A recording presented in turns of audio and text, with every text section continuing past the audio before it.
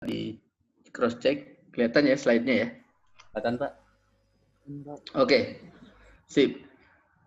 Nah, jadi kita akan berbicara prinsip penentuan posisi dengan GNSS GPS ya. Nah, tentunya ya ketika kita bicara tentang GPS, sebenarnya kita berbicara tentang sistem lainnya ya. Jadi prinsipnya di GLONASS, di Galileo, di Bedu itu sama saja. Oke, kita mulai dari prinsip penentuan posisi ya. Nah, jadi dalam sistem dan instrumentasi penentuan posisi ya, itu umumnya kita mengukur kemudian merekam satu atau beberapa data genetik ya. Nah, jadi kita bisa mengukur dan merekam jarak, arah atau sudut, kemudian sudut dan jarak dikombinasikan seperti poligon. Bisa kita ukur tinggi, beda tinggi, kemudian juga bisa langsung menentukan koordinat juga sama. Nah, itu apa yang biasa kita ukur, kita rekam terkait penentuan posisi dan kesemuanya itu disebut data geodetik lah. Nah, kemudian data-data jarak, sudut atau kombinasinya, nah itu nanti akan membentuk teknik pengukuran ya.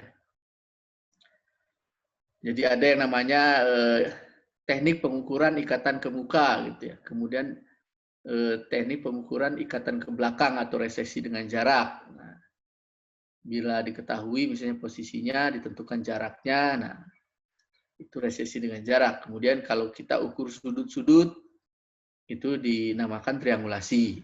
Kombinasi sudut dan jarak itu poligon ya. Nah itu teknik pengukuran. Nah, lalu kalau GPS itu seperti apa ya? Tekniknya lah gitu ya. Nah, prinsip penentuan posisi dengan GNSS GPS itu reseksi dengan jarak ya, atau ikatan ke belakang. Jadi ini posisi dari satelit ini diketahui ya. Nah, ini kalau kemarin kan kita sudah bahas juga bahwa ada sinyal dan data dalam GPS ya. Di mana datanya itu berupa navigation message, broadcast ephemeris. Nah, itu yang memberikan posisi dari satelit. Kemudian nanti jarak dari satelit ke pengamat itu dapat ditentukan D1, D2, D3, D4 dan seterusnya. Jadi posisi diketahui di satelit, jarak diketahui, nah maka koordinat di pengamat di receiver dapat ditentukan dengan prinsip reseksi dengan jarak. Nah, jadi prinsipnya sederhana ya sebenarnya. Nah, dengan mengamati minimal keempat satelit, maka posisi di bumi dapat ditentukan. Nah, sebenarnya harusnya cukup 3 ya, kalau kita urusannya dengan reseksi dengan jarak gitu ya, untuk koordinat 3 dimensi, tetapi karena ada satu parameter kesalahan waktu di satelit yang harus ditentukan, maka parameternya menjadi 4, maka minimal harus mengamati keempat satelit ya. Nah ini ada parameter kesalahan waktu yang disebabkan oleh ketidaksinkronan antara osilator di satelit dan di receiver. Nah, jadi prinsipnya reseksi dengan jarak minimal mengamati 4 satelit. Nah, tadi seperti yang sudah disampaikan, posisi satelit itu diperoleh dari broadcast ephemeris ya. Ketika kita mengamati satelit langsung didapat. Atau kita juga dapat memperolehnya dari server di internet, nah berupa precise ultra rapid precise ephemeris. Ini juga sudah dibahas di sinyal dan data. Jadi kita tinggal bisa milih posisinya mau pakai broadcast atau mau precise ultra atau rapid precise sesuai dengan kebutuhan ketelitian. Nah itu posisi satelit. Nah kemudian jarak dari satelit ke pengamat itu dapat ditentukan dari perhitungan data kode dan data fase. Jadi ada 2 cara untuk mendapatkan jarak yang nanti akan kita bahas setelah ini ya. Bagaimana cara menghitung jarak kode dan jarak fase. Nah, ini ilustrasi prinsip penentuan posisi dengan GNSS GPS ya. Jadi ini posisi satelit diketahui, kemudian kita tahu satelit ini nanti akan memberikan informasi jarak ya, sehingga kalau jaraknya kita buat dalam 3 dimensi akan membentuk bola ya, dan radiusnya itu jarak. Nah, kemudian bola pada satelit 1, 2, dan 3, nah kalau kita koneksikan nanti irisannya itulah posisi ya. Ini juga sama kalau 2 dimensi, jadi lingkaran-lingkaran akan membentuk ya. Nah, untuk memperjelas seperti ini ya, kita lihat nih ada titik A, sudah diketahui koordinatnya, ada titik B, sudah diketahui koordinatnya, dan titik C, sudah diketahui koordinatnya. Kemudian kita ukur jarak nih, dari titik A ke pengamat, nah ini jaraknya ditentukan. Kita belum bisa menentukan posisi kalau hanya satu informasi jarak. Dari B juga bisa dapat. Nah ini masih antara pilihannya ini ya, 2. Ini harus menentukan satu lagi dari C. Nah ini irisannya adalah posisi yang kita inginkan. Nah, ini ilustrasi prinsip penentuan posisi dengan GPS atau sesi dengan jarak. Nah, tadi minimal ke 4 satelit karena harus ada satu tambahan parameter yaitu terkait masalah jam satelit ya. Harusnya jelas lah prinsipnya, sederhana prinsipnya. Nah, lalu pada sistem GNSS itu nanti posisi diberikan dalam sistem koordinat WGS 84 ya. World Geodetic System 84. Nah, ini yang sistem koordinat ini juga yang lazim digunakan secara global saat ini ya. Ini ya, semuanya udah ke WGS gitu ya. Nah, posisi diberikan dalam sistem koordinat geosentrik dan geodetik ya. Defaultnya itu. Sementara tinggi merupakan tinggi elipsoid. Nah, kalau kita ingin sistem koordinatnya itu dalam sistem lain, tingginya juga tidak mau tinggi elipsoid, maka kita harus melakukan transformasi dan konversi koordinat lah. Nah, ini bentukan WGS 84 lah ya. Nah, ini sistem GPS tuh WGS 84 ya. Nah, kemudian nanti penentuan posisi dengan GPS ya. Jadi nanti ada prinsip. Nah, jadi ada prinsip, kemudian ada metode. Nah, minggu depan mungkin kita akan bahas. Jadi ada yang namanya prinsip yang tadi dibahas. Penentuan posisi dengan GNSS, ada yang namanya metode penentuan posisi dengan GPS. Nah, ini banyak bedanya ya, antara prinsip dan metode kita lihat nanti beda ya, secara umum. Nah, kemudian penentuan posisi dengan GNSS GPS itu dapat dilakukan untuk objek yang diam, statik, bergerak, kinematik, bisa. Kemudian bisa secara real time kita langsung dapat koordinatnya, atau kita harus melakukan post-proses, ya, harus diolah dulu. Nah, kemudian posisi dengan GNSS GPS memiliki spektrum ketelitian, mulai dari level meter hingga level milimeter. Nanti kita akan bahas di materi terakhir hari ini tentang spektrum ketelitian. Nah, itu prinsip penentuan posisi dengan GPS. Nggak susah lah. Kita stop share. Kita lanjut dulu ke penentuan jarak kode dan fase.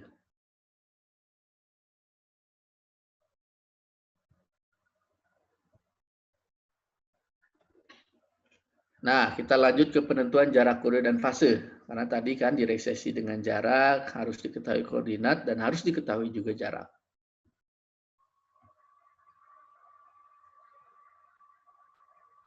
Nah, seperti ya sudah kita singgung di minggu lalu di bagian data dan sinyal, jadi si satelit GNSS GPS ini, dia akan mengirimkan data kode. Ya. Kemarin kita sudah bahas ada data kode P dan CA, ada private, ada clear access. Di satelit-satelit GNSS GPS mengirimkan data-data kode P, CA ke bumi melalui modulasi ya, modulasi fasenya. Nah, kemudian ini contoh ilustrasi dari data kode ya. Kalau yang mau jelasnya tinggal datang ke Indomaret, Alfamaret, lihat yang strip-strip warna putih hitam itu kode ya, barcode. Nah, kira-kira seperti itu analoginya. Nah, di dalam receiver GNSS itu sudah diformulasikan replika data kode dan P dan CA. Ya. Jadi data aslinya dikirim, nah di dalam receiver sudah tersedia replika data kode. Nah, data kode P dan CA yang asli yang terdapat di satelit dan replikanya di receiver akan dicocokkan oleh receiver. Nah, nanti proses pencocokannya, waktu pencocokannya, nah itu akan mendefinisikan jarak kode ya. Nah, ini bisa dilihat ini proses pencocokan data kode di satelit yang aslinya dengan di receiver replikanya. Nah, yang gambar di atas, paling atas, no correlation. Jadi belum ada kecocokan. Di gambar tengah ini partial correlation ya. Belum cocok juga sebenarnya sepenuhnya. Nah, ini. Yang gambar paling bawah, full correlation. Jadi, data asli dengan replika sudah cocok. Nah, proses pencocokannya seperti ini ya. Nah, kode ini unik, makanya proses pencocokannya itu hanya terjadi sekali ya, direct function lah ini. Jadi ini kalau dilihat, nah ini cocoknya sekali. Sampai yang warna hijaunya penuh, nah ini cocok. Nah, cocok. Nah, kemudian waktu yang diperlukan untuk pencocokan, menghimpikan kedua kode tersebut, itu kita catat, delta T ya. Nah, kemudian ketika dikalikan kecepatan cahaya, maka kita dapatkan jarak kode. Nah, jadi prinsip penentuan jarak kode itu proses pencocokan kode asli dan replika dari receiver. Nah, proses pencocokannya waktunya ditentukan, dikalikan kecepatan cahaya, dapat jarak. Karena rumus fisika kan S sama dengan V kali T ya. Atau C kali T. Nah, jadi sederhana seperti itu ya, prinsip penentuan jarak kode dari sistem GNSS GPS. Nah, karena jam receiver tadi ya masih ada kesalahannya, tidak sinkron dengan jam satelit, nah maka jarak kode itu masih terkontaminasi oleh kesalahan waktu sehingga disebutnya pseudo range, masih jarak semu. Nanti kita banyak menemukan pseudo range gitu ya, jarak kode semu. Nah, presisi dari jarak itu sekitar 1% dari perubahan kodenya ya. Jadi nanti kita akan ketemu untuk kode P yang militer itu 30 cm, kode CA itu 3 meter. Nah, jadi kenapa absolute positioning kalau kita pakai tipe navigasi, kalau kita pakai HP, kalau kita untuk masalah LBS, location based services, Gojek dan lain sebagainya, ketelitiannya masih sekitar 36 meter. Nah, karena kontribusi dari storage itu sudah 3 meter, belum dari kesalahan dan bias lainnya, sehingga akhirnya bisa 3-6 meter ketelitiannya. Nah, kemudian yang kedua kita bisa menentukan juga jarak fase. Nah, jarak fase seperti apa? Kemudian nanti jarak fase itu jarak yang paling teliti gitu ya, yang untuk ketelitian tinggi itu pakai fase. Nah, bagaimana prinsip penentuan jarak fase dari satelit ke pengamat ya? Nah, ini rumusnya. Jadi jarak sama dengan panjang gelombang dikalikan jumlah gelombang penuh yang diamati plus N, jumlah gelombang penuh yang tidak teramati ya. Disebut juga cycle ambiguity. Nah, jadi kita lihat nih,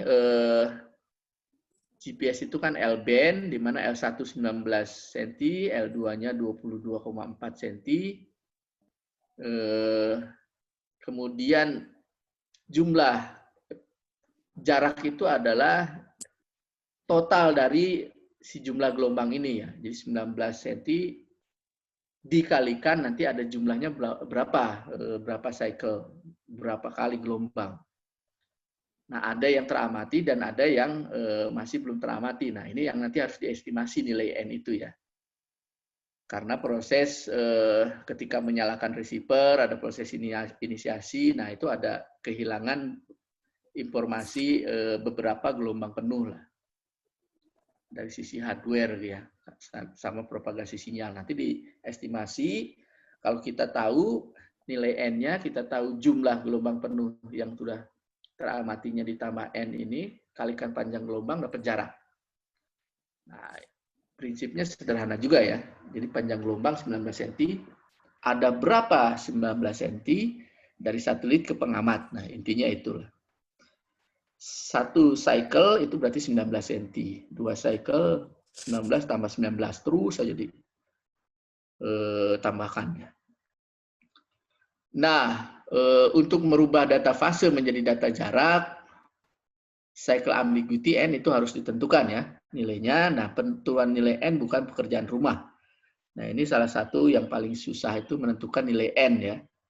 Tetapi yaitu black box-nya di komputernya, matematikanya apa segala macam, kita terima enaknya lah di software itu. Tetapi behind-nya itu penentuan N bukan sesuatu yang mudah untuk dilakukan. Nah, kalau nilai bilangan bulat N bisa ditentukan secara benar, maka jarak fase akan menjadi jarak ukuran sangat teliti, bisa mili. Bisa digunakan untuk aplikasi-aplikasi penentuan posisi teliti, order milimeter, sentimeter. Contohnya titik kontrol, biodinamika, deformasi, nah itu menggunakan jarak fase. Nah, itu prinsip penentuan jarak fase dan kode. Tadi prinsip penentuan posisi. Kita stop di sini dulu. Nah, silakan kalau ada dulu yang ingin ditanyakan, kita diskusikan. Sebelum nanti mulai masuk ke spektrum ketelitian. Silakan. Izin bertanya, Pak. Ya, Iskandar, silakan. Sebelumnya mohon maaf, Pak, tidak menyalakan kamera dikarenakan koneksi internet, Pak. Ya, sama. Saya juga koneksi internetnya lagi lambat nih, nggak menyalain kamera juga. Iya, Pak. Yang ingin saya tanyakan itu, Pak, untuk penentuan posisi secara tepat itu kan minimal dibutuhkan 4 satelit ya, Pak. 3 satelit untuk penentuan posisi dan 1 satelit untuk penyinkronan antara waktu satelit dengan waktu receiver. Nah, untuk satelit itu sendiri kan menggunakan jam atom, yang mana untuk tingkat ketelitiannya itu sangat tinggi dan tingkat kesalahannya itu hanya berapa detik setiap 100.000 sekian tahun. Nah, untuk receiver sendiri, salah satunya itu handphone itu kan mustahil, Pak, dipasangi jam atom. Nah, itu kan sehingga menimbulkan data yang dikirimkan dari satelit ke handphone itu kan memiliki rentang kesalahan yang sangat tinggi, sehingga data yang diterima kan sangat jelek ya, Pak. Nah, apakah untuk handphone itu sendiri yang nanti ke depannya itu tuh memiliki tingkat ketelitian yang tinggi ya, Pak? Terima kasih, Pak. Ya, jadi ya di satelit jelas ya jam atom ya. Kemudian kalau receivernya tipe geodetik, nah itu juga jamnya itu udah jam atom juga sebenarnya. Makanya receiver tipe geodetik bisa 100 juta, 200 juta karena komponen dari jamnya ini yang bikin mahal. Sisanya yang lainnya sebenarnya relatif lebih murah gitu ya. Nah, yang HP itu jamnya ya jam biasa. Nah, sehingga ya sebenarnya kalau pakai HP tipe navigasi ya jangan harap kita bisa menentukan posisinya sampai level milisentimeter. Nah, itu sebenarnya. Jadi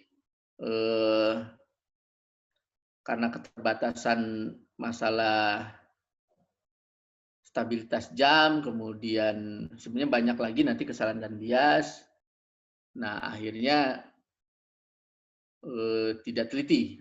Nah, kemudian kalaupun nanti si HP-nya itu dilengkapi jam atom gitu ya, Nah, tetap saja kesalahan dari sinkronisasi waktunya, jadi bukan stabilitasnya, tetapi kesinkronisasi waktu gitu ya. Mungkin ada delay dari waktunya. Nah, itu tetap saja kalau kita menggunakan absolute positioning atau point positioning dengan menggunakan receiver tipe navigasi, handphone, atau sekalipun kita menggunakan receiver yang mahal,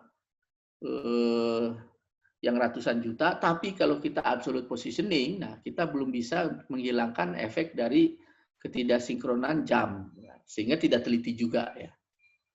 Nah itu harus hati-hati ya. Jadi nanti urusan jam ini hanya bisa dihilangkan ketika kita melaksanakan proses diferensial, atau kita nanti ada yang PP atau PPP ya, precise point positioning atau real time precise point positioning, nanti minggu depan kita bahas. Kita koreksikan ketidaksinkronan jam itu baru teliti.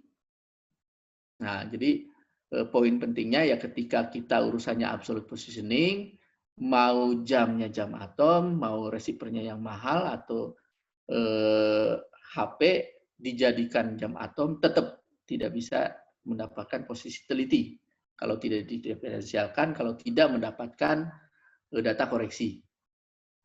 Kira-kira itu Iskandar ya. Ya, siap Pak. Pak, paham Pak. Mudah-mudahan paham ya. Oke. Kemudian tadi ada yang raise hand, siapa tuh saya lupa. Silakan yang raise hand tadi.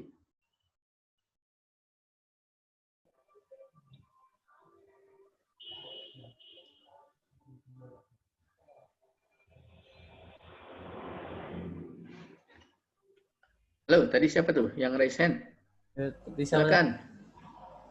Izin bertanya, Pak. Ya. Saya mau nanya terkait tadi itu kan ada grafik gambar gitu, Pak, yang pada saat penentuan jarak fase. Kan saya pernah baca kalau penentuan dengan fase itu lebih teliti ataupun akurasi dibanding dengan jarak. Nah, itu ada nilai N ataupun jumlah gelombang penuh yang tidak teramati. Nah, kebetulan saya belum pernah juga memakai alatnya, Pak. Saya mau nanya, itu tuh kenapa sih ada faktor nilai N yang tidak teramati? Padahal kan kalau dari grafik ataupun gambar yang Bapak kirim tadi, kan kalau kita amati kan jumlah gelombang itu dari bumi ataupun dari pengamat kan bisa jadi sama pantulannya ke satelitnya gitu, Pak. Nah, kenapa ada nilai N itu? Terus tadi kan Bapak bilang juga kalau nilai N itu sulit untuk dipecahkan ataupun secara biasa gitu. Berarti nilai N itu nggak langsung ter-record oleh alat gitu ya Pak? Harus kita olah secara geometrik gitu kah? Itu aja Pak. Makasih Pak. Oke. Nah itu pertanyaannya juga nyambung ke ini ya, ada dari Muhammad Haris atau barusan yang ngomong sama ya. Ini terkait jarak fase, ada jumlah gelombang penuh yang tidak teramati atau N ya, ambiguity, cycle ambiguity. Nah, bagaimana kita mengetahui jumlah gelombang yang tidak teramati? Nah, jadi kan kalau satelit dia terus memancarkan sinyalnya gitu ya. Nah, kenapa bisa terjadi N itu? Nah, karena kita ketika menyalakan receiver, klik gitu ya, itu ada proses inisiasi, klek, dan tiap receiver juga nyalakannya juga beda, klek gitu ya. Nah, sehingga disitulah ada proses inisiasi yang menjadikan jumlah gelombang penuhnya itu belum tertangkap lah istilahnya ya. Nah, itu urusannya masalah hardware nyalakan, receiver, ada proses inisiasi, nah sehingga ada jumlah gelombang penuh yang harusnya itu dari receiver dari satelit itu ke receiver misalnya jumlahnya 10, nah ini ternyata jumlahnya 9 gitu, ada satu tidak, nah, atau 8, nah itu ada 1-2 gelombang lah. Nah itu proses hardware sebenarnya, proses penyalaan receiver gitu ya, sampai apa istilahnya manteng lah, sampai istilahnya kita bisa menangkap. Nah untuk itu nanti dengan data-data yang kita kumpulkan, nah itu kita bisa mengestimasi nilai ambiguitas fasenya. Jadi bagaimana kita mengetahui jumlah gelombang yang tidak teramati, nah itu dari dari data yang direkod, nah itu nanti bisa kita lakukan proses iterasi bahwa sebenarnya nanti jumlah gelombang penuhnya yang kurang 1 atau kurang 2, nah nanti akhirnya dapat ditentukan nilainya. Kalau bisa ditentukan, itu akan sangat teliti, bisa milimeter. Nah, proses penentuannya itu bisa real time, bisa proses ya, proses. Tapi kalau real time akan susah karena dari data yang singkat, proses iterasi yang singkat, ketemu nilai n gitu ya. Yang RTK nanti real time kinematik kan itu on the fly ambiguity resolution namanya. Nah, kalau datanya proses diambil banyak, nah itu proses untuk mengestimasinya lebih mudah gitu ya di softwarenya. Nah, ada catatan sepanjang setelah kita menyalakan receiver itu, si receiver itu mengamati ke satelit tidak terputus, maka nilai n-nya itu akan selalu sama. Nah, nanti kalau misalnya sinyalnya keputus, nah itu akan ada nilai n yang baru. Jadi ada proses inisiasi baru, kemudian kita bisa mengestimasi nilai n. Kalau keputus lagi, nilai n-nya harus ada lagi kita estimasi. Nah, seperti itu. Jadi urusannya tuh ke sinyal putus, menyalakan receiver, nah itu ada proses inisiasi yang menyebabkan kita kehilangan beberapa gelombang lah istilahnya. Sementara gelombang kan 1 kali itu 19 cm, 2 kali 19 cm. Nah, jadi kalau ambiguity-nya tidak resolve, nah ketelitiannya itu kira-kira berkurang 19 cm, 20 cm, atau kalau 2 gelombang ya berkurang sekitar 40 cm, nah seperti itu. Nah itu ininya lah gambaran umumnya ya. Kalau gambaran khususnya itu ya nanti di softwarenya dan segala macam. Nah itu terkait yang ini ya, ambiguitas. Nanti ketika pengolahan data kita juga akan lebih memahami tentang ambiguitas, jadi masih lama. Nah kemudian ada nih dari Gastra. Izin bertanya, Pak, kenapa receiver membuat replika-replika data kode seperti satelit? Apakah memang melalui itu prosesnya atau ada cara lain atau bagaimana? Nah itu, kenapa harus ada replika kode di receiver? Karena untuk menentukan jarak kode, nah jarak sama dengan kecepatan dikalikan waktu. Nah itu perumusannya. Nah waktu ini didapat dari pencocokan data asli dengan replika. Analoginya kalau di Indomaret itu, kalau kita beli makanan, kita tembak pakai lasernya itu, nah itu proses pencocokan antara si kode asli yang ada di makanan, di bungkusnya, dengan replikanya yang ada di alat tembaknya itu ada proses pencocokan. Nah setelah cocok, keluar harga. Kalau di Indomaret.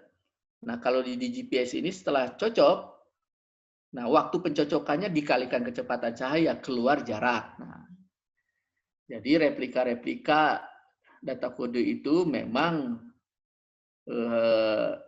harus ada, harus dibuat di receiver. Nah, mudah-mudahan jelas ya, Gastra ya. Nah, silakan, ada lagi. Nah, ini Mona Lisa nanya. Tapi dicatat jadi ketik. Siapa barusan mau nanya? Saya izin bertanya, Pak. Ya, Antonius. Oke, Antonius dulu baru Desi ya nanti ya. Pertanyaannya Pak, akan tadi kan ketika mencocokkan data kode asli ke replika itu kan ada yang tidak cocok Pak. Nah, yang tidak cocok ini itu hanya persoalan menunggu waktu saja atau memang ada data yang tidak cocok Pak gitu? Kalau memang ada data yang tidak cocok itu disebabkan karena apa Pak gitu Pak? Ya, pasti cocok. Jadi datanya pasti cocok, tinggal nunggu waktu. Jadi tidak ada data yang tidak cocok, pasti cocok. Tapi cocokan, nunggu waktu sampai cocok, nah itu waktunya yang dicatat kalikan kecepatan cahaya. Ya. Jadi tidak mungkin tidak cocok. Jelas ya? Nah. Kemudian Desi, silakan tadi. Kan ya Pak, tadi kan di GNSS kan ada penentuan jarak fase sama kode. Nah, itu tuh harus dilakuin dua-duanya, apa boleh satu aja? Terus sama, kan tadi kan di jarak fase kan ada panjang gelombang kan ada 2. Nah, itu tuh kita tuh pakai dua-duanya ganti-gantian, antara 19 sama 22 itu apa, gimana Pak? Oke, jadi si data kode, data fase bisa dipakai dua-duanya atau dipakai salah satunya. Kalau absolute positioning, nah yang tipe navigasi, kalau yang kita pakai HP itu kita tidak menggunakan data fase. Jadi data kode yang kita pakai, jadi jaraknya jarak kode. Nah, makanya ketelitiannya itu 3-6 meter. Kita harus puas karena kita hanya menggunakan data kode. Nah, kalau kita misalnya nanti dengan metode survei GPS misalnya ya, yang static survei, nah itu 2 data dipakai. Jadi data kode dipakai, data fase dipakai. Nah, data kode itu biasanya nanti digunakan untuk penentuan koordinat pendekatan. Nah, kemudian nanti ujung-ujungnya jarak fase yang menjadi solusi akhir, solusi finalnya. Tapi data kode dan data fase dipakai untuk static survei, kemudian survei kinematik. Nah, itu menggunakan 2 datanya. Nah, kemudian ada data fase itu L1, L2 gitu ya. Nah, itu dua-dua. Kenapa? Karena semakin banyak data, nanti dirata-ratakan akan semakin bagus. Jadi data dari L1 fasenya, data dari L2 fasenya, kemudian dari epoch 1, epoch 2 ke epoch sekian, nah nanti dapat jarak itu kan dapat jarak L1, dapat jarak L2 pada epoch pertama, dapat jarak L1, jarak L2 pada epoch kedua, terus sampai kita misalnya ngamatin 1 jam, berarti akan ada sekian ratus data, kemudian kita rata-ratakan. Nah, jadi digunakan dua-duanya.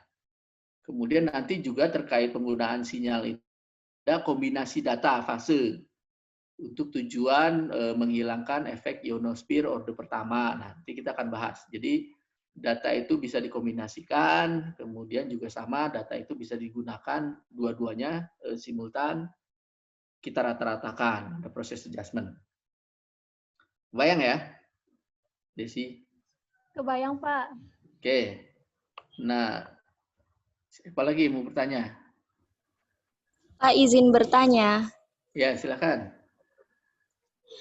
Jadi dari proses awal ketika gelombang yang dipancarkan dari satelit sampai diterima ke receiver itu kan proses bagian mana ya Pak yang membedakan dalam menentukan jarak fase dan menentukan jarak kode. Terus informasi apa saja yang didapatkan ketika sudah menentukan jarak fase dan jarak kode tersebut? Apakah jarak saja? Terima kasih Pak.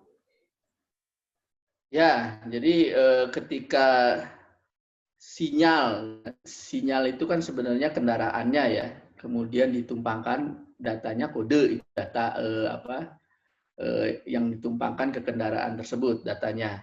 Itu kita dari satelit itu terkirim dua-duanya ke receiver. Nah di receiver itu kita bisa memilah. Kita bisa memilah ini data kode, terus kita akan gunakan data kodenya, kita bisa memilah ini data fase, kita akan gunakan data fasenya. Gitu. Nah, itu di receiver itu ketika kita terima, kita langsung bisa memilah-milah gitu ya. Kemudian nanti bisa diproses baik secara real time, kalau misalnya absolute positioning ketika kodenya kita pakai, atau ketika fase harus proses diolah dulu gitu ya. Nanti bisa dikonversi menjadi data renex gitu ya, kalau untuk fase dan kode juga gitu ya. Nah, kemudian nanti sebenarnya proses di dalamnya itu kita mendapatkan jarak, baik jarak kode dan jarak fase, tetapi solusi finalnya ketika kita tampil, nah itu koordinat yang kita dapat. Jadi kita tidak akan bisa lihat display jarak kode, jarak fase gitu ya. Kalau absolute positioning itu ya koordinat langsung kita peroleh. Di dalamnya ada proses penentuan jarak, ada proses menambahkan koordinat satelit gitu ya. Nah, kalau real time itu nanti koordinatnya. Nah, kalau post proses, kalau kita data raw-nya kita ambil, kita konversi ke format RINEC, nanti kita akan bahas format RINEC ya, Receiver Independent Exchange Format, tuh kita bahas. Nah, itu kita bisa melihat ada data jarak fase, jarak kode. Jadi ada nilainya, oh ini jarak kode, jarak kode. Oh ini jarak fase, cycle, berapa kali cycle di RINEX ya. Nah, RINEX itu nanti akan diolah, ujung-ujungnya ya tetap koordinat. Jadi koordinat ujung-ujungnya. Nah, kira-kira seperti itulah. Siapa tadi? Mona ya? Baik, Pak. Terima kasih, Pak. Oke, ada lagi yang mau ditanyakan? Silakan.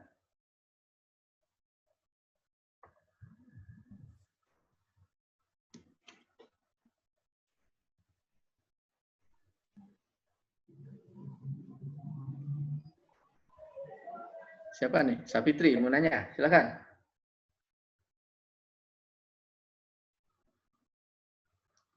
Nah, ini habis ini masih ada bahasan spektrum ketelitian ya.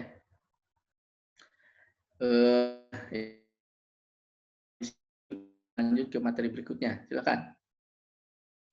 Nah, Ronaldo, izin bertanya, silakan. Pak, izin. Iya, Pak. Saya Ronaldo. Pak. Nanti ada Ronaldo, habis itu nanti Sapitri ya, silakan. Ronaldo dulu, silakan. Oh ya, Pak. Jadi saya izin bertanya, Pak. Jadi yang mau saya tanyakan itu, apakah semakin banyak modul satelit yang digunakan pada GPS atau receiver, itu akan mempengaruhi ketelitian atau cukup 1-2 modul saja itu hasilnya sama, Pak? Nah, maksud modul itu apa yang kamu maksud modul? Coba.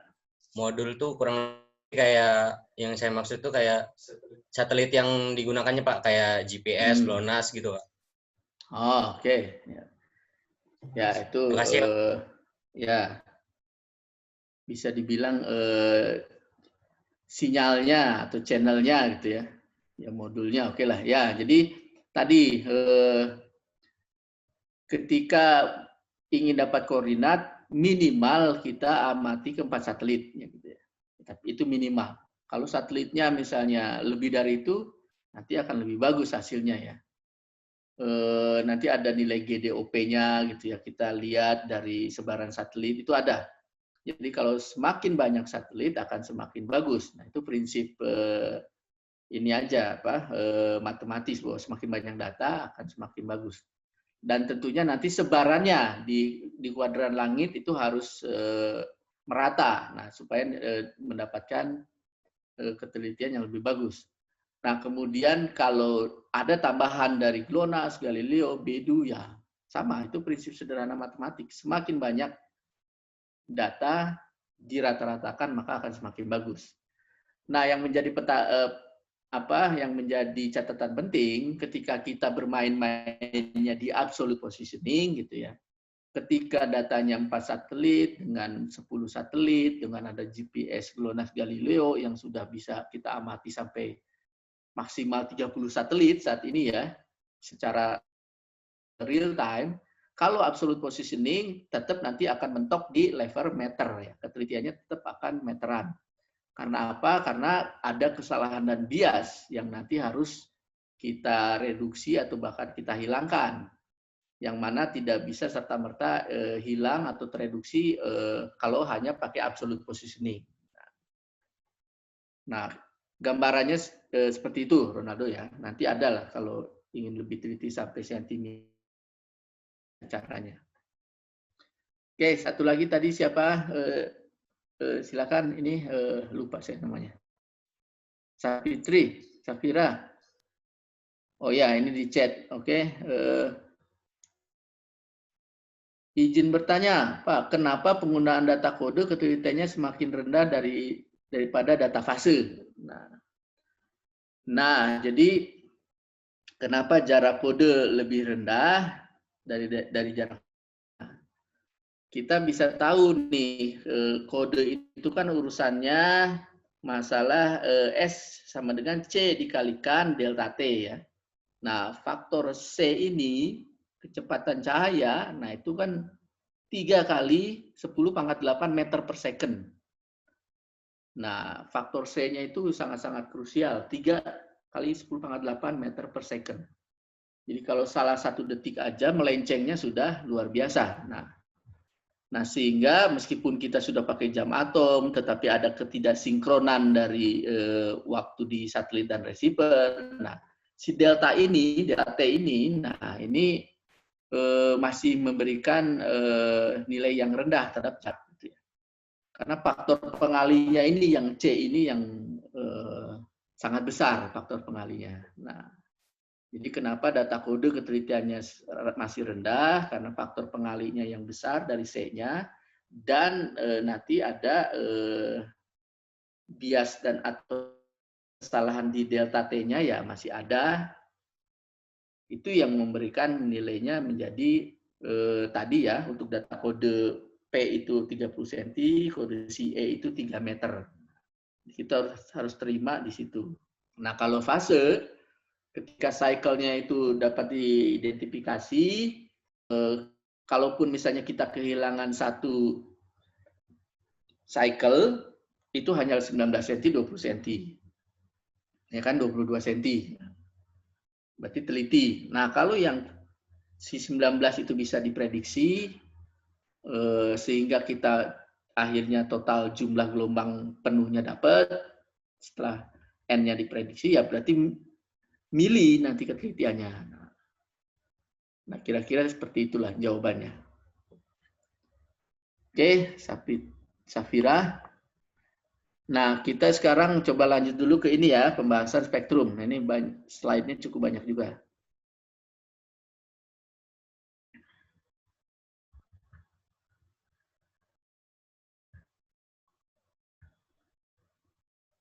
Nah, kita akan bahas ketelitian posisi pada GNSS GPS.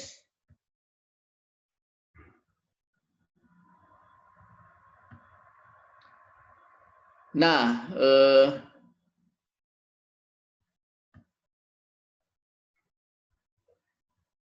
ketelitian posisi pada sistem GPS itu bervariasi ya, tidak hanya satu. Arti lainnya memiliki spektrum ketelitian, mulai dari beberapa meter hingga beberapa milimeter atau 2 milimeter ya. Saat ini capaiannya. Nah, ini jadi ketelitian posisi tidak satu. Nah, ada spektrum, ada banyak.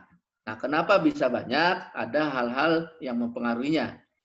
Yang pertama, ini kualitas dan kuantitas harusnya ditambahkan ya. Kualitas dan kuantitas data yang digunakan, tadi sudah disinggung, kalau pakai L1 tambah L2 gitu ya. Kalau pakai fase, tidak pakai kode, nah itu ketelitiannya akan beda-beda. Jadi kualitas dan kuantitas data yang digunakan, itu akan mempengaruhi ketelitian. Lalu geometri satelit, tadi sudah disinggung juga, kalau satelitnya banyak, tersebar di kuadran langit, semua kuadran langit, pasti akan lebih teliti dibandingkan satelitnya sedikit dan geometrinya jelek, hanya ngumpul di atas saja misalnya. Ngumpul sebelah kiri saja, nah tidak di semua kuadran langit. Itu akan berpengaruh. Nah, kemudian kesalahan dan bias itu akan mempengaruhi ketelitian. Nanti kita akan temukan namanya bias ionosfer, bias troposfer, ada yang kita temukan namanya multipath, ada yang kita temukan namanya imaging, dan lain-lain. Nah, itu akan mempengaruhi ketelitian.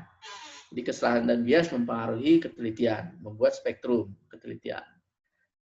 Nah, kemudian metode penentuan posisi, nah nanti kita kan banyak metodenya akan disampaikan minggu depan, nah itu akan memberikan ketelitian yang berbeda. Metode A, ketelitiannya tidak sama dengan metode B dan metode C, nah itu ada tuh. Nah, kemudian strategi pengamatan, kalau kita mengamati lama gitu ya, kemudian nanti terkait panjang baseline kalau diferensial, kalau panjang baseline-nya tidak terlalu panjang, obstruksinya terbuka, nah itu akan mempengaruhi ketelitian. Sama strategi pengolahan data, nanti softwarenya ada yang softwarenya yang canggih, ada softwarenya yang tipe komersil, ada yang softwarenya mampu menangani kesalahan dan bias sampai level orde kesekian, nah itu mempengaruhi ketelitian. Sehingga Akhirnya terdapatlah spektrum ketelitian dari hal-hal yang tadi kita simak. Nah, sebagai informasi saat ini paling teliti itu 2 mili ya, dengan strategi-strategi pemilihan data tertentu itu sudah bisa 2 mili. Nah, itu sudah lokasi posisi semut itu bisa ditentukan secara akurat. Nah, kemudian dulu itu ketika ada kebijakan SA, Selective Availability, yaitu kebijakan dengan sengaja menyalahkan posisi satelit, mengurangi keakuratan dari jam satelit. Nah, itu dulu ada kebijakannya sebelum Mei 2000. Nah, bahkan ketelitiannya dulu ratusan meter ya. Kalau sekarang masih ada SA, wah itu kebayang. Gojek, Grab tidak akan berfungsi secara optimal karena kita ngirim makanan, ngirim apa, masih ratusan meter ketelitiannya, salah rumah gitu. Kalau sekarang ya sudah diuntungkan karena ketelitian 3 meter, 6 meter ya paling salah rumah pinggirnya doang gitu ya. Tidak akan jauh-jauh. Nah, kita akan coba kupas tadi yang poin-poin yang mempengaruhi ketelitian ya. Nah, ini yang pertama, kalau kita pakai data kode, tidak akan lebih teliti dari data fase. Kalau kita pakai datanya L1 only, L1 saja, pasti lebih rendah dibandingkan L1, L2. Kemudian kalau data-datanya terganggu obstruksi sinyal, banyak terjadi putus, cycle sleep, nah, atau terkena interferensi, maka ketelitiannya akan berkurang. Nah, ini terkait tadi kualitas dan kuantitas data.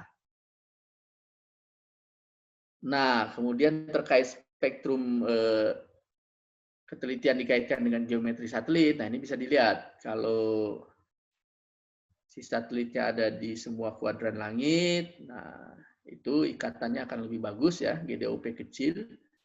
Ini geometry dilution of precision, nanti akan ada bahasanya ya. Dibandingkan dengan GDOP besar nih, dia tidak terdistribusi, geometrinya tidak bagus. Nah, ketelitiannya akan lebih rendah dibandingkan yang ini. Gitu. Kemudian semakin banyak satelit, ya tentunya semakin teliti. Nah, itu terkait geometri satelit. Nah, kemudian terkait kesalahan dan bias. Nah, ini tentunya mempengaruhi ketelitian. Nah, kesalahan dan bias itu kalau kita lihat ilustrasinya, nah, jadi ada kesalahan terkait dengan satelit, ada orbitar, satelit clock error, ada terkait dengan propagasi sinyal. Nah, kita menemukan pas ambiguity ini tadi sudah dibahas, cycle ambiguity, bias ionosphere, bias troposphere. Kemudian di lingkungan pengamat, nah ini ada multipath imaging interference. Nah, ini dapat mengganggu sinyal dan dapat mengganggu ketelitian. Nah, kemudian di receiver sendiri ada receiver clock error, antena error, noise, sama. Ini yang memberikan spektrum ketelitian. Nah, kemudian terkait metode. Nah ini, jadi nanti metode penentuan posisi itu banyak. Ada yang mulai real time, absolute, differential, post processing, ada static, RTK, banyak sekali lah. Nanti akan kita bahas satu persatu. Ada yang namanya RTPP, SPP, PPP. Nah, ini masing-masing memberikan ketelitian yang berbeda-beda karena penanganan kesalahan dan biasnya beda, strategi pengamatannya beda, nah, ketelitiannya bisa jadi beda. Jadi jelas ya, metode penentuan posisi berpengaruh ke ketelitian. Nah, ini contoh aja. Point positioning bisa 100 meter ketika SA-nya on, SA off itu 36 meter. Nah, kemudian PPP bisa 24 cm, RTPPP 10 cm, RTK 1,5 cm. Nah, survei GPS atau static survei paling teliti 2 mm. Nah, ini yang menunjukkan spektrum ketelitian tergantung pada metode penentuan posisi. Nah, lalu spektrum ketelitian tergantung pada strategi pengamatan. Nah, ini juga tadi ya. Jadi ketika panjang baseline, waktu pengamatan, visibilitas ke satelit, nah kemudian penggunaan antena anti multipath, nah itu akan memberikan spektrum ketelitian tersendiri. Kalau kita waktunya kita perpanjang akan lebih teliti gitu ya. Kalau visibilitas ke satelitnya jelas lebih rendah ketelitiannya. Dan lain-lain ya. Ini summary-nya. Baseline pendek akan memberikan ketelitian posisi lebih baik dibandingkan baseline panjang. Waktu pengamatan yang lebih lama akan memberikan ketelitian yang lebih baik dibandingkan waktu lebih pendek. Nah, kemudian malam hari lebih baik dari siang hari karena terkait bias ionosfer. Visibilitas ke satelit yang baik meningkatkan ketelitian. Kemudian menghindari benda imaging, interference, reflektan itu akan meningkatkan ketelitian. Ya.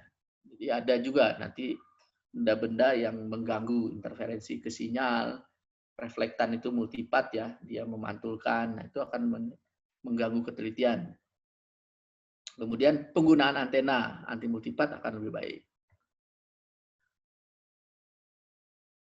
Nah, kemudian ini uraian dari spektrum ketelitian tergantung pada strategi pengolahan data. Jadi tadi sudah disinggung ya bahwa software itu ada macamnya gitu ya. Ada software ilmiah, ada software komersil, ada software yang mampu memodelkan dan mengestimasi kesalahan dan bias lebih banyak dibandingkan software lainnya. Nah, ini menentukan ketelitian hasil.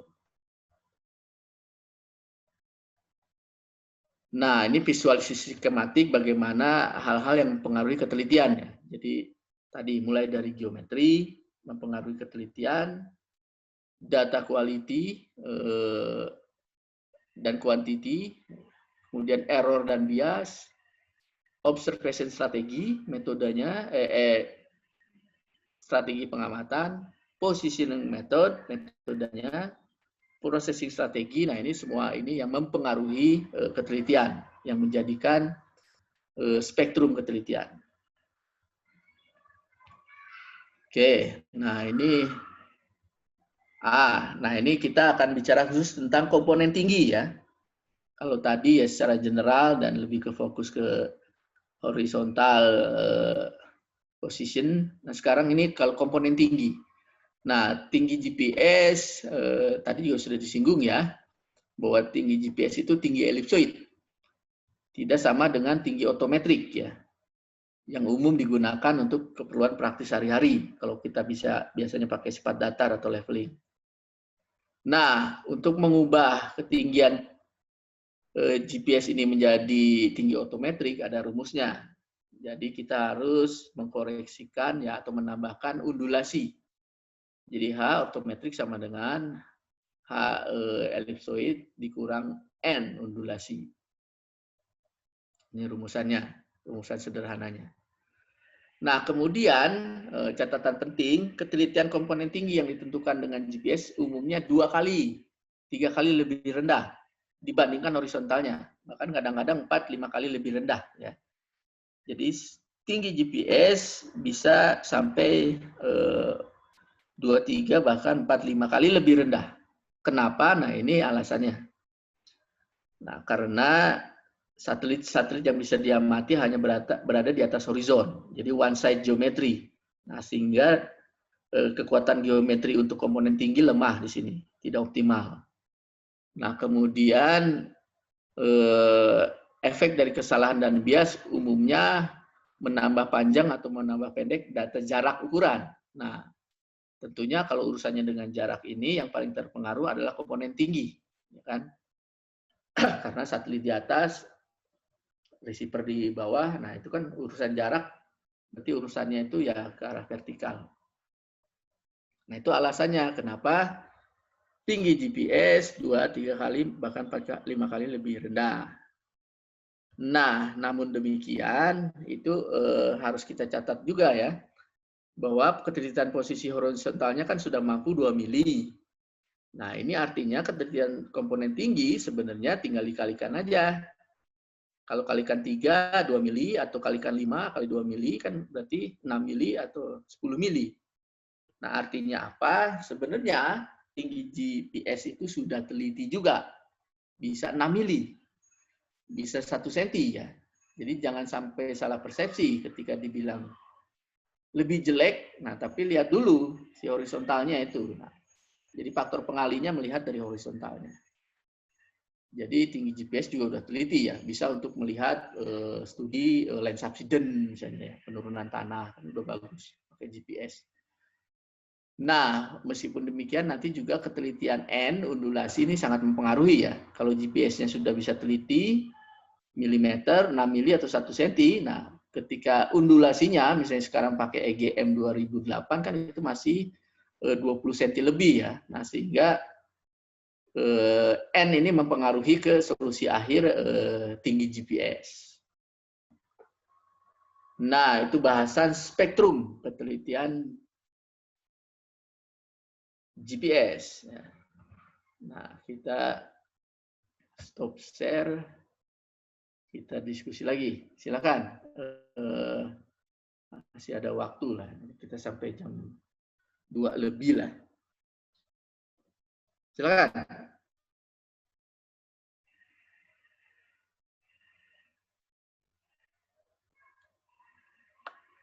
Kalau ada yang ingin mau ditanyakan, ayo. Sebelum ditunjuk. Izin bertanya, Pak. Nah, silakan Antonius. Kan tinggi GPS Pak kan sebenarnya bisa dikatakan sudah teliti Pak ya. Nah, pertanyaan saya tinggi GPS ini sudah bisa belum Pak dibuat untuk perencanaan gitu Pak? Atau harus menggunakan tinggi yang didapat dari waterpass gitu Pak atau gimana Pak? Ya, jadi tadi kalau urusan tinggi elipsoid dari GPS itu sudah teliti ya. Tadi bisa 6 mili kalau GPS horizontalnya 2 mili kalikan 3 6 mili gitu ya. Atau kalikan 5 1 cm. Jadi tinggi elipsoid bisa seteliti 1 cm. Nah, tetapi tinggi elipsoid ini belum merupakan tinggi praktikal ya. Jadi kita kalau urusannya tadi untuk urusannya desain, untuk urusannya masalah di bidang sipil dan lain-lain, nah itu kan harus otometrik ya. MSL lah biasanya kan ininya apa? Lazimnya. Nah, berarti kita kan harus mengkonversi si tinggi GPS tersebut yang elipsoid tersebut ke ortometrik. Nah, dengan menggunakan undulasi ya. Tadi H kecil, H besar sama dengan H kecil min N ya. Nah, tergantung ketelitian N-nya. Seteliti apa N-nya gitu ya. Kalau kita pakai EGM 2008 atau dulu EGM 96, nah itu masih 20 sentian lebih ya. Di Indonesia mungkin bisa 20 cm, bisa 40 cm gitu ya. Ketelitian N-nya. Nah, sehingga ujung-ujungnya tinggi ortometrik GPS akan dihinggapi keterbatasan N. Nah, jadi tinggi GPS-nya akhirnya ya kalau N-nya itu ketelitiannya 20 cm, tadi GPS-nya ketelitiannya 1 cm, ya berarti ya kira-kira tinggi ortometrik GPS itu ketelitiannya 20 cm. Nah, gitu. Nah, kalau sudah tingginya 20 cm, nah kita cocokkan dengan pekerjaan kitanya. Kalau ternyata misalnya kayak desain irigasi itu kan harus di bawah 10 cm. Berarti tidak bisa kita gunakan GPS leveling itu. Tapi kalau misalnya dalam skalanya misalnya perencanaan rencana detail tata ruang misalnya atau rencana tata ruang wilayah yang skalanya di 110.000, 105.000 masuk bisa gitu ya. GPS leveling. Nah, saya pakai GPS RTK nih, GPS RTK akhirnya saya bisa membuat topografi DEM Kota Jakarta atau DEM Pantura. Nah, saya pakai itu karena ketelitiannya itu kan 20 cm masih oke itu untuk melihat banjirop, untuk melihat perencanaan masalah tata ruang. Tetapi kalau untuk sipil, untuk drainase, untuk ini drainase mungkin masih ya drainase udah agak repot nih. Kemudian untuk irigasi juga sama agak repot. Nah, itu belum berani pakai. Nunggu undulasinya. Nah, katanya BIG sedang memproduksi undulasi nasional, geoid nasional ya. Inageoid itu namanya atau apalah nanti. Nah, ingin di bawah 10 cm. Bahkan kepala BIG ingin 2 cm katanya. 5 cm. Wah, itu PR yang nggak gampang tuh. Kalau 10 cm sih kayaknya masih oke. Nah itu sedang dibuat, tapi belum dipublish ya. Nah, sekarang ya kita masih nunggu. Nah kira-kira seperti itu, Antonius. Bayang nggak ya? Berarti sesuai kebutuhan ya Pak ya? Ya nanti balik lagi disesuaikan dengan kebutuhan. Gitu ya. Ininya. Oke, Tapi Pak. kita harus paham dulu kan bahwa ada unsur N di situ, ada unsur tinggi elipsoid, harus dikonversi. Nah, kita harus paham. Ada kalau untuk sipil, misalnya untuk masalah irigasi, tetapi tidak di daerah landai. Misalnya sudah irigasi di trasering, gitu ya, di sawah yang trasering, itu udah berani dengan ketelitian 20 cm, kita sudah bisa pakai. Nah, kalau yang landai sekali di pesisir, nah itu ketika kamu yakin bisa di bawah 10 cm, ya saya mundur, tidak bisa. EGM-nya belum nyampe ke situ. Masih 20 cm lebih. Oke, silakan. Izin ada yang bertanya, lain? Pak. Oke, silakan Eko. Saya dulu ya, Pak. Tadi siapa? Habis Eko siapa ya tadi? Gak tahu, Pak. Ridwan, Pak. Yaudah, habis Eko Ridwan. Silakan. Izin bertanya, Pak. Kan tadi di slide Bapak dan Bapak ngejelasin tentang kebijakan SA, Selective Availability. Nah, itu kan ketika diterapin sebelum Mei 2000, ketelitiannya mencapai 200 meter. Nah, kebijakan SA itu apa sih, Pak? Terus kenapa bisa sampai ratusan meter gitu? Gitu sih, Pak. Saya kayak masih bingung. Kirain ini SA ini buat ketelitiannya itu lebih baik. Ternyata masih baca lagi. Enggak. Itu gimana, Pak? Ya, jadi kebijakan SA itu sengaja supaya tidak teliti. Nah, karena zaman dulu masih urusannya dengan perang gitu ya. Sehingga kalau nanti musuh menggunakan GPS ketelitiannya bagus, akhirnya malah jadi bumerang terhadap pihak Amerikanya lah.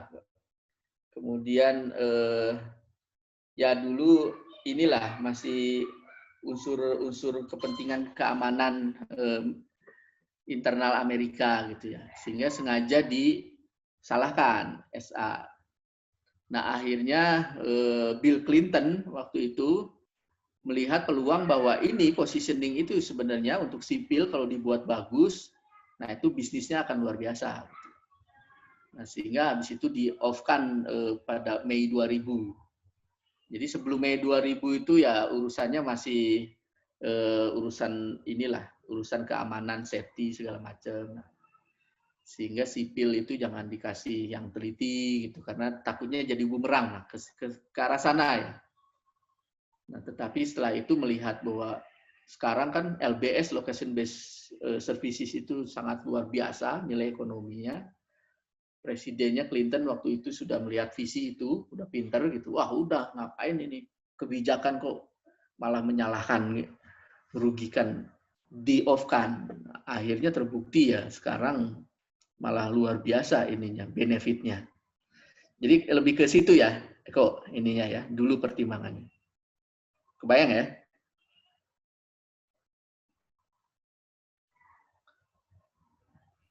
Oke, tadi Eko ada lagi nggak? Sudah jelas? Jadi itu kebijakan perang aja kali, Pak ya? Yang Amerika yang buat berarti, Pak? Iya, ya kan sistem GPS punya militer Amerika. Oh iya. Iya, Pak. Jadi lupa, Pak. Militernya urusannya untuk safety mereka ya diutamakan.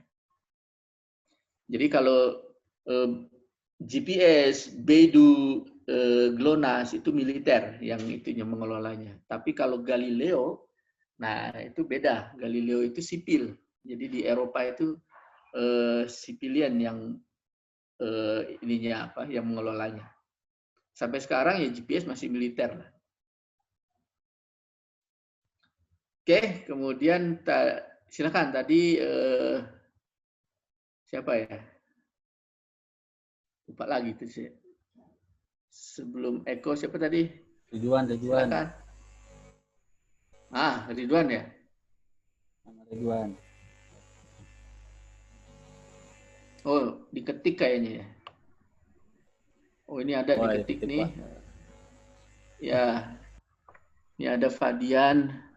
Izin bertanya, Pak, di dalam spektrum ketelitian posisi GNSS GPS berdasarkan kesalahan dan bias, yaitu salah satunya pada sistem satelit, ada kesalahan orbit dan jam satelit. Ya, pertanyaannya bagaimana kita mengetahui kesalahan pada sistem satelit terhadap survei GNSS GPS ini. Nah, bagaimana kita mengetahui kesalahan pada sistem satelit. Nah, kalau ingin mengetahui kesalahannya, ya dari informasi sebenarnya broadcast ephemeris, precise ephemeris, nah itu sudah ada ininya, ketelitian posisi satelit. Nah dari situ berarti kita sudah tahu si orbit itu punya keterbatasan seperti apa. Nah keterbatasan itu berarti kan kesalahannya. Nah kemudian clock juga tadi kan sudah ada ya, bahwa 1% dari kode 1% dari kode P, sehingga nanti ujungnya memberikan ketelitian 30 cm kode P, kode CE meter. Nah, dari situ kita bisa mengetahui kesalahan pada sistem satelit terhadap survei GNSS. Nah, atau nanti kalau kesalahan dan bias yang lainnya sudah kita ini tentukan, bisa aja secara empiris kita bisa lihat bagaimana repeatabilitas posisi. Nah, itu dalam fungsi kesalahan sistem satelit. Bisa juga dibalik itu. Kalau di software ada, kita loose orbit namanya ya. Nah, itu untuk melihat.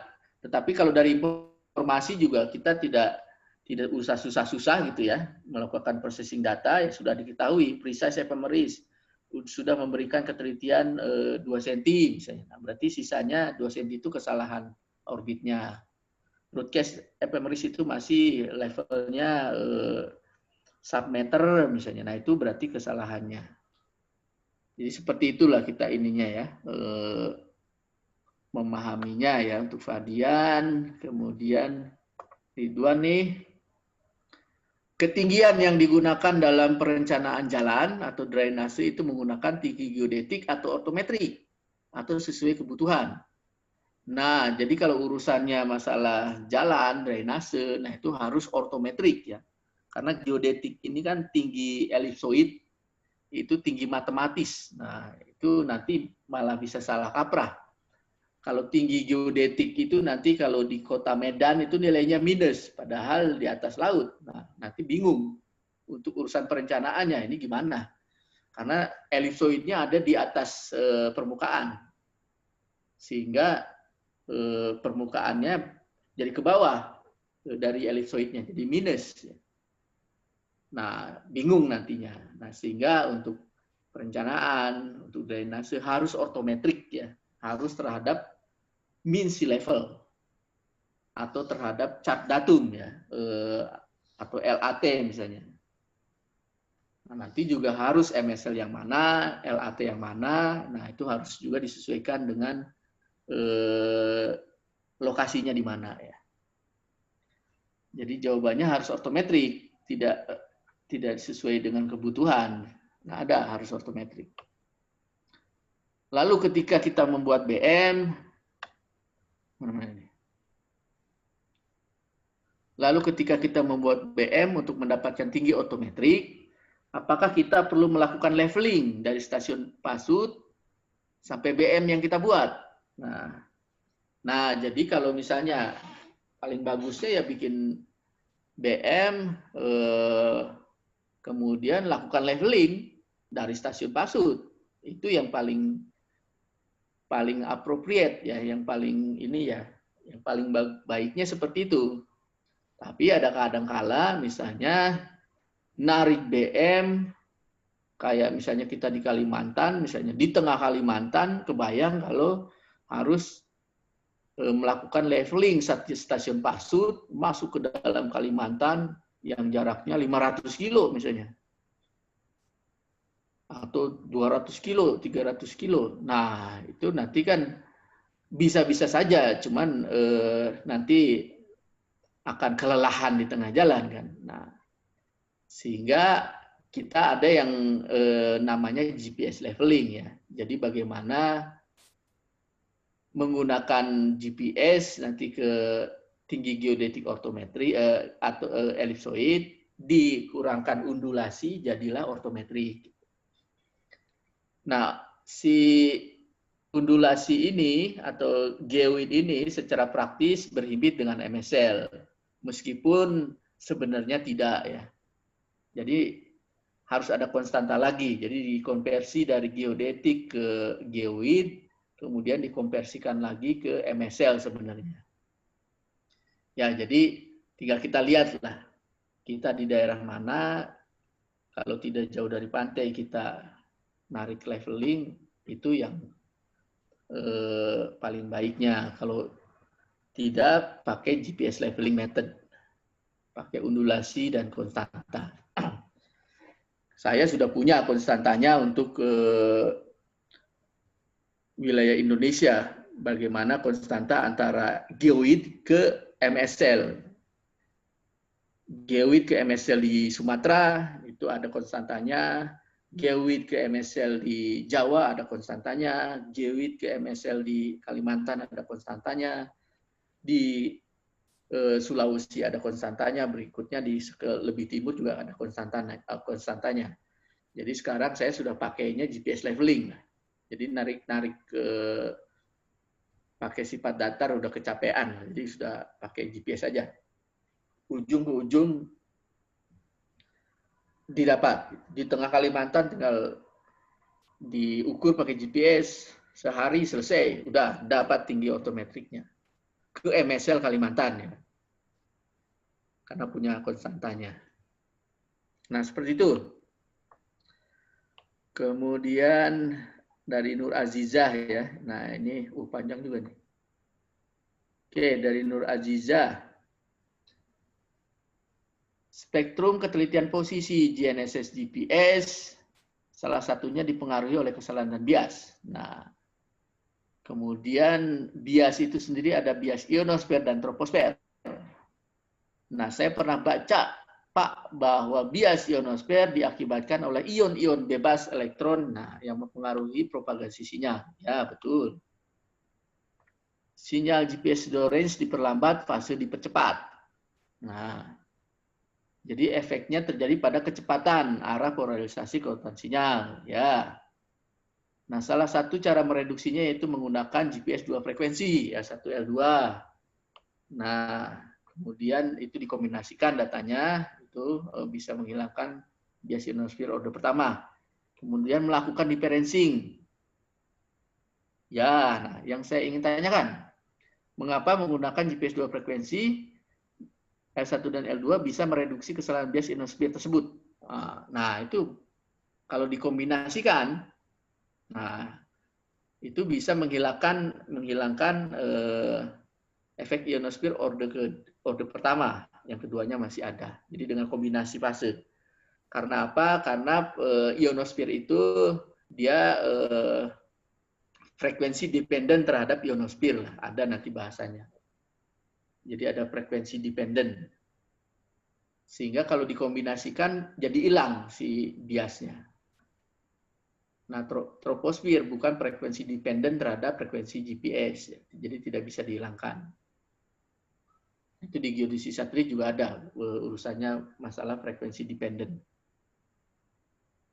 Itu jawabannya. Habis. Silakan, ada lagi? Nah, kita 14.30 lah ya. Jadi 15 menit lagi. Kita selesai kuliahnya. Nah, 15 menit lagi ada beberapa pertanyaan lah. Silakan. Siapa nih? Tanya, Desi. Pak. Ya, silakan Desi. Kan tadi kan Bapak bilang kan semakin banyak satelit kan semakin teliti. Terus juga kalau persebarannya merata juga kan dia semakin teliti juga. Nah, yang mau saya tanyain itu tuh, seumpama ada banyak satelit, tapi persebarannya itu tidak merata di semua kuadran langit. Terus ada sedikit satelit, tapi dia merata. Nah, itu tuh lebih teliti yang mana ya, Pak? Ya, nah itu sebenarnya belum di exercise ya. Jadi kita coba jawabnya dengan konseptual aja ya. Kalau kita analogikan, kita mendirikan sebuah tongkat, kemudian pakai tali di mana di ujung-ujungnya talinya kita tarik gitu ya. Nah, tongkatnya pasti berdiri, kebayang nggak? Misalnya di ujung ada orang narik di sisi kanan, di sisi kiri, kemudian ada narik lagi di seberangnya kanan, seberangnya kiri. Nah, itu stabil kan si tongkatnya. Nah, itu ketelitiannya itu bisa dianalogikan seperti itu. Tapi kalau misalnya si tongkat itu ditariknya oleh satu sisi kanan aja, rame-rame di situ, pasti miring ke situ kan. Miring ke arah yang nariknya. Nah, jadi kalau secara konseptual, lebih baik kita yang merata, meskipun lebih sedikit ya. Tapi ya tadi, harus minimal 4-nya terpenuhi gitu ya. Jadi si sebaran itu akan lebih baik dibandingkan kalau hanya satu sisi saja. Analoginya ke situ. Kebayang ya? Kebayang, Pak. Oke, ada lagi yang mau nanya? Silakan. Selain chat, ngechat ada lagi nih. Belum ada. Nah, kita kalau belum ada ke chat dulu. Izin bertanya, Pak, salah satu gangguan ini dari Irfan ya. Salah satu gangguan terhadap sinyal GNSS adalah kondisi atmosfer yang berubah-ubah sewaktu-waktu sehingga mempengaruhi ketelitian kualitas koreksi troposfer. Troposfer berarti ya, ini bagian dari atmosfernya. Pada metode precise point positioning. Sewaktu-waktu sehingga mempengaruhi ketelitian kualitas koreksi troposfer pada metode precise point positioning. Apakah ada solusi untuk mengatasi permasalahan tersebut? Nah, jadi kalau terkait yang precise point positioning, nah itu sudah ada modul koreksinya dari ionosfer troposfer ya, dan itu menggunakan parameter standar ya. Nah, jadi parameter standar itu bisa saja cocok, bisa saja tidak cocok, apalagi ada dinamika ya dari waktu ke waktu. Nah, tetapi nanti meskipun tidak cocok, tetapi sudah sangat membantu ke posisi ya. Nah, precise point positioning ini kan bisa 2-4 cm lah ininya ya, kalau kita olah datanya. Nah, meskipun tidak cocok misalnya si model troposfernya karena dimodelkan untuk musim di belahan utara, padahal kita musimnya misalnya musim tropis, nggak jadi masalah. Jadi meskipun tidak cocok, tetapi masih oke ya. Kalau kita ingin mencarinya itu menambah ketelitian 1-2 cm, nah itu memang tidak akan dapat. Jadi kecocokan itu akan menambah ketelitian beberapa senti saja. Tapi kalau kita sudah happy dengan beberapa senti tersebut, ya berarti kita bisa bilang itu cocok ya. Nah, itu seperti itu, Irfan. Kemudian ada dari Wahyu. Tadi GNSS udah bisa mendapatkan XY dan tinggi. Nah, dan bisa narik leveling juga. Nah, apakah GNSS bisa menggantikan peran dari total station, water pass, dan lain-lain? Nah, jadi disesuaikan dengan kebutuhan, disesuaikan dengan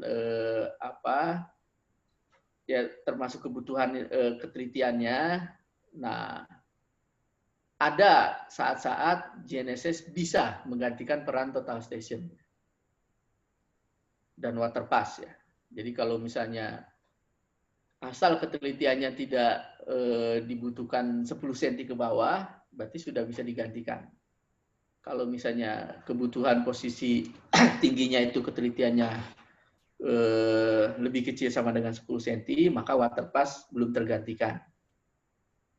Nah, kalau kita urusannya dengan XY, tidak urusannya dengan tinggi, nah itu misalnya kayak contohnya persil gitu ya, pemetaan jalan dan lain-lain. Nah, total station sebenarnya sekarang sudah bisa tersingkirkan dalam tanda kutip ya. Jadi untuk urusan horizontal dengan adanya multi channel GNSS RTK, di mana obstruksi sekarang sudah bisa diakalin karena semakin banyak satelit. Nah, kemungkinan efek obstruksinya itu akan tereduksi.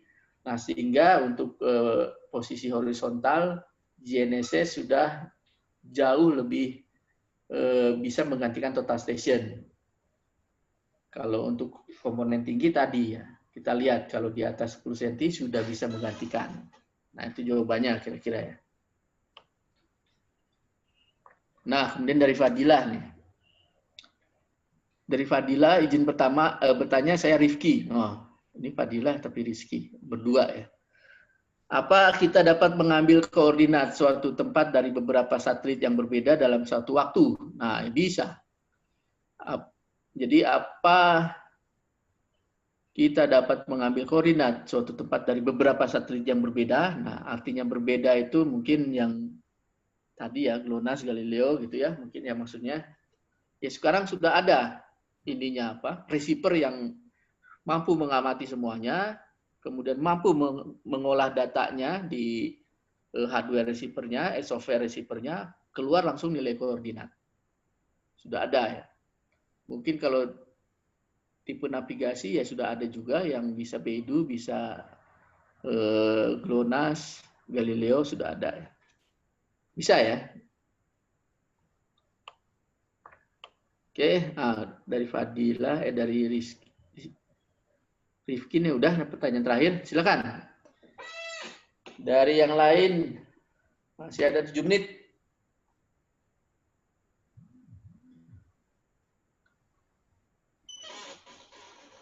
Kalau ingin bertanya, silakan.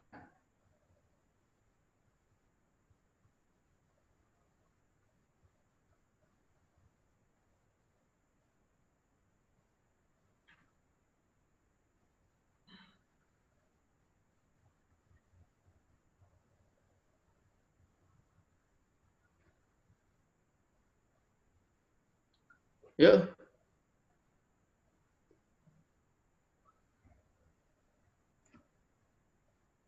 Ada? 6 menit lagi. Silakan. Izin bertanya, Pak. Ya, bangga. Jen. Silakan, Jenny. Itu Pak, tadi kan salah satu yang paling berpengaruh untuk ketelitian posisi sendiri itu kualitas datanya. Itu bisa nggak sih Pak kita mengontrol kualitasnya, sama gimana caranya gitu Pak? Biar sesuai gitu. Ya, jadi kalau yang terkait dengan kualitas, ya kalau tipe data kan ada data kode, data fase gitu ya, itu tipe data ya. Kemudian nanti bicara kuantitas data ya tinggal perbanyak data kode, perbanyak data fase ya. Data fasenya pakai frekuensi multifrekuensi. Nah, kalau terkait kualitasnya, nah nanti masing-masing dari kode dan fase itu ada kualitasnya. Contohnya yang terkait kualitas itu urusannya dengan cycle sleep. Jadi kalau datanya bisa kita pastikan tidak terputus, nah itu berarti kualitasnya bagus. Kalau datanya misalnya tidak terinterferensi oleh benda-benda interference misalnya, atau tidak mengalami multipath, nah itu berarti kualitas datanya baik kode fase itu bagus. Datanya tidak hilang di tengah jalan misalnya ya, itu bagus. Kemudian misalnya datanya kalau tidak terlalu terpengaruh oleh bias ionosfer troposfer itu bagus. Nah, tinggal bagaimana supaya si data-data tersebut terjaga kualitasnya. Nah, contohnya kalau cycle sleep, nah itu jangan sampai keputus. Nah, Caranya bagaimana? Ya, caranya kita mengamati di tempat terbuka, di mana tidak ada obstruksi yang menyebabkan keputus sinyal tersebut. Kalau kita ngamatinya di bawah pohon, itu pasti banyak putusnya datanya. Nah, kita taruh di daerah lapang. Nanti kualitasnya sudah terjaga. Kemudian kita pastikan tidak ada interference, misalnya tidak ada sutet yang dekat, jaringan BTS, atau yang lain-lainnya yang mengganggu interference. Ya. Itu bisa. Kayak misalnya kalau kita tidak boleh parkir mobil kurang dari 15 meter dari tempat pengamatan GPS kita. Nah, itu ada tuh kalau kata orang Jepang. Supaya nanti tidak ada interference, tidak ada multipath. Nah, jadi kita jaga kualitas itu bisa. Kita gunakan antena anti multipath, itu menjaga kualitas. Kemudian kalau terkait bias ionosphere misalnya, supaya tidak terkena bias, kita ngamati malam-malam, jam 12 malam, itu kualitasnya akan bagus terhadap ionosphere, karena ionosphere, elektron-elektron konten di ionosfernya itu akan hilang, karena mataharinya tidak ada, gitu ya. Karena elektron itu akan tergantung pada aktivitas matahari. Nah, jadi bisa dijaga kualitas itu ya. Kemudian apalagi ya, banyaklah. Kalau misalnya, ini saya mau ngukur hujan, nah itu pasti kualitasnya akan menurun gara-gara troposfer. Nah, ketika misalnya hujan dihindari, nah itu menjaga kualitas. Jadi banyak faktor untuk kita dapat menjaga kualitas data. Nanti kuantitasnya ada, tipenya ada. Nah, kira-kira seperti itu, Jenny. Baik, Pak. Terima kasih. Nah ini, pertanyaan saya belum terjawab. Jenny ya, yang barusan ya, Jen? Yang chatting kamu ya? Iya, Pak. Yang mana yang belum terjawab? Yang barusan ya? Udah dijawab berarti ya? Iya, Pak. Oh, oke. Sorry, saya kelewat berarti. Mana lagi saya cek, harusnya udah semua ya kejawab ya. Oke, 14.28, 2 menit lagi kita selesaikan. Silakan, masih ada satu pertanyaan lagi nih.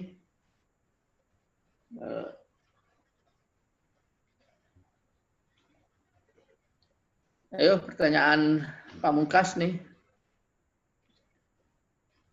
Nah, nanti ini ya, Pak Redo, 14.30 ya, kita akhiri ya. Ya, Jangan Pak. kelamaan di Zoom. Nah, bagus untuk kesehatan. Saya habis ini ada kuliah lagi, tadi pagi kuliah. Udah 6 jam di Zoom ini. Kering nih ininya, Pak. Kuping udah kering ini. Silakan, satu pertanyaan terakhir. Ayo, penutup. Penutup, nanti kalau belum ada yang bertanya, belum berakhir.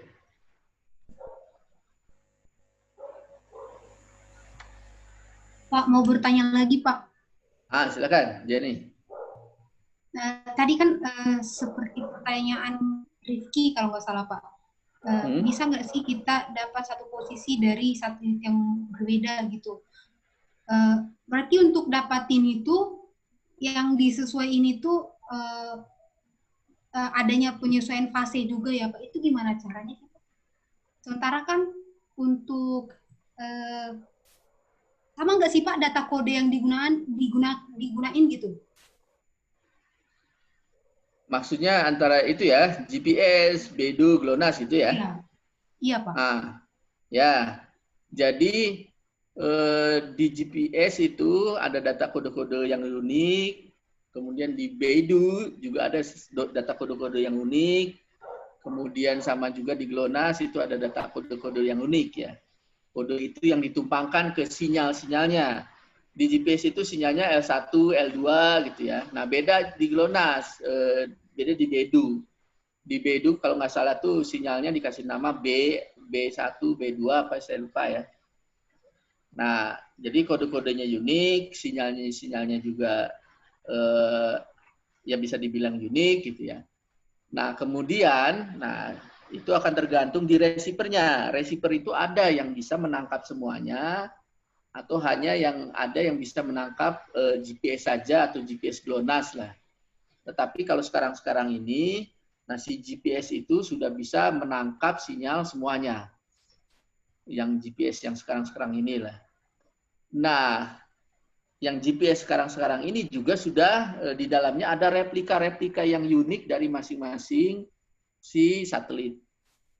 Baik GPS, GLONASS, Galileo, ada juga replika-replikanya. Nah, sehingga nanti dengan prinsip penentuan jarak kode dan juga prinsip penentuan jarak fase semuanya dapat. Jadi sudah ada nanti di softwarenya dalam receiver yang mampu menerima multi channel, yang sudah di dalamnya juga ada replika dari multi channel, sudah diproses dapatlah koordinat. Seperti itu. Jenny, kebayang ya?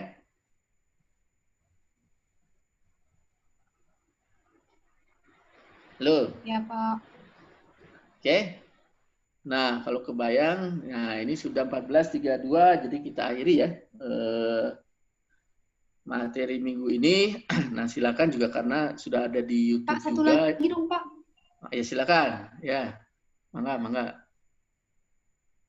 Itu saya pernah baca nih Pak, ada yang namanya dilusi presisi dari GPS sama Beidou. Itu artinya apa sih, Pak? Dilution of precision ya.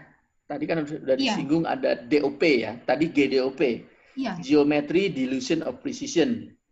Nah, Dilution of Precision itu indikator ya. Indikator untuk melihat ketelitian posisi. Nah, itu nanti dibahas di mana ya? Ada ya. Oh, di minggu depan tuh ada dibahas lagi tentang Dilution of Precision, DOP. Jadi itu hanya indikator yang ada nilainya. Nah, di mana nilainya itu nanti ada nilai 1, 2, terus sampai beberapa belas gitu ya. Nah, kalau di bawah 8 nilainya, nah berarti itu geometri satelitnya bagus. Ya. Kalau geometri satelitnya bagus, posisinya bagus. Ya. Jadi indikator untuk melihat ketelitian, yang mana melihat geometri satelit lah. Jadi dihitung dari matrikofaktornya, sehingga nanti ketemu nilai DOP-nya 1, 2 gitu ya. Nanti ada GDOP, ada PDOP, ada TDOP, ada juga tuh. Ada yang geometri, ada yang position, ada yang HDOP untuk tinggi, ada time DOP juga ada. Jadi indikator untuk melihat ketelitian dari indikatornya itu geometri satelit. Nah, seperti itu. Jen. Oke, Pak. Oke, yang minggu depan nanti masih dibahas. Ada lagi nggak? Kalau ada, kalau nggak ada, kita akhiri ya. Kita akan sambung minggu depan lah. Nanti kalau ada pertanyaan-pertanyaan bisa minggu depan atau bisa ya lah minggu depan karena nggak ada WA group, lupa ya. Kalau di ITB saya bikin WA group. Oke, kita ketemu minggu depan. Selamat sore. Assalamualaikum warahmatullahi wabarakatuh. Salam sejahtera, salam sehat. Waalaikumsalam warahmatullahi wabarakatuh. Waalaikumsalam warahmatullahi wabarakatuh. Oke. Terima kasih, Pak. Silahkan, Pak. Oke, Dok. Ini saya live ya. Siapa?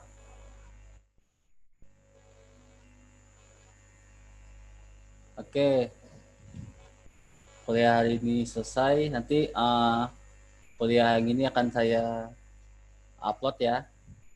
Terus ini saya minta tolong untuk Gastra dan Jenny. Nanti saya ingin mengasih tutorial untuk melihat satelit ya.